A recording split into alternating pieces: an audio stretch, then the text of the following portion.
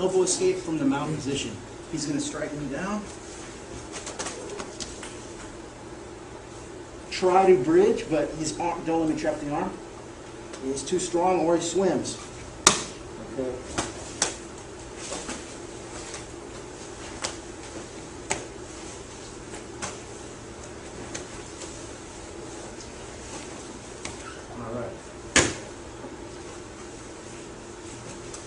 Let's talk a little bit about what just happened there. Okay, we'll look at this from several different angles because I'm doing quite a few different steps with my entire body. So, if you've been training a little bit now, you probably realize that when the person's mounted on top of you, it's not always possible to bridge. So, for example, he gets mounted, and his arms get spread real wide. He's swimming, he's doing his base, so every time that I try to trap his arm, he defeats that, he dissolves that. Or perhaps he just keeps his arm really strong this way. So it really makes it difficult for me to do the bridging technique to escape. I want to now switch to sliding my legs out from underneath his legs, which we call the elbow escape. Okay? So first thing is, if his feet are hooked in behind my knees, to make a nice straight lines here, what I want to do is I'm going to stretch my legs out, put them together, and flat on the ground. Now his hooks, he can't get his hooks in. Get your hooks in, please. It's not really going to work. All right? So the next step is whatever side my head is on, that's the side that I'm going to begin my escape. I need to keep my head up the whole time to avoid strikes. So my head is actually touching his head. I'm going to bring one leg in and turn to my side. Okay? Now I'm going to use this foot to reach over his leg, and I'm going to start to peel his leg in between my feet and squeeze my knees together. Okay?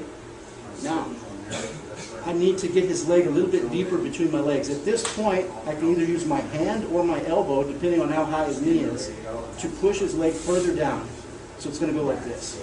At this point, I want to squeeze the knees again, and now I want to change the position of my hand. This hand is now going to go over his shoulder, and I'm going to begin to hug his neck. And then my head changed. Can we change the position facing the camera?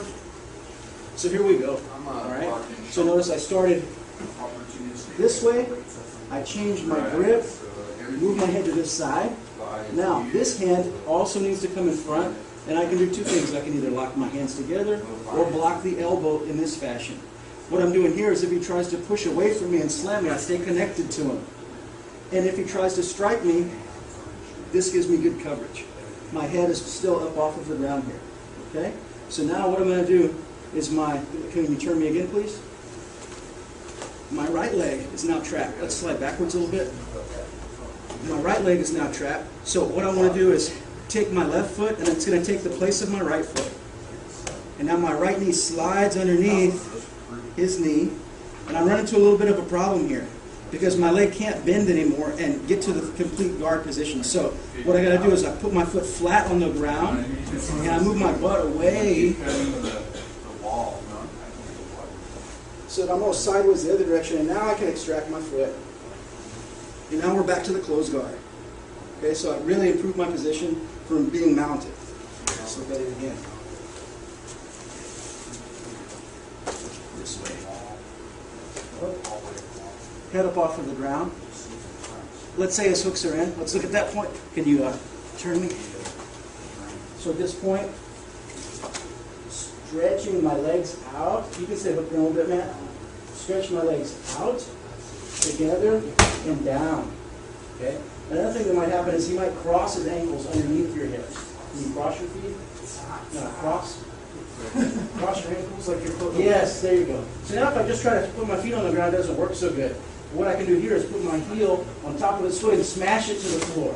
And then I can, once again, find that ground position. So those are two common ways that your legs will be stuck. All right, once again, whichever side my head is on is the side I need to escape to. So I turn that way. The first time I use my heel over the top. Another variation that you can do is if his knee is a little higher here, I can use the hook or the instep of my foot right here on his leg. And now what I do is I combine that with my elbow, and now I squeeze and control his leg. And it's very important to squeeze the knees here to keep him in the position while you're transitioning. This next step that we do is very important for the self-defense aspect. If we were just training in class and I wasn't worrying about somebody hitting my face, or maybe in a tournament where I'm not worried about him hitting my face, this next step isn't essential. I could kind of take a shortcut and maybe play from half guard or something. But the most important thing to do for self-defense is protect your head. So that's why this next step is important. My arm changes, and now he can't hit me in the face here. Okay? I'm going to hug his neck and put my head on the other side. Turn me, please. Now, once again, he can hug my neck here, he can punch me here. So this hand comes in front, and I block. And remember, the two grips are palm to palm. This prevents him from pushing away and slamming you. Or if he goes to strike, you hook the elbow. And you can go back and forth between these two depending on what his reaction is. They're both fine. Okay?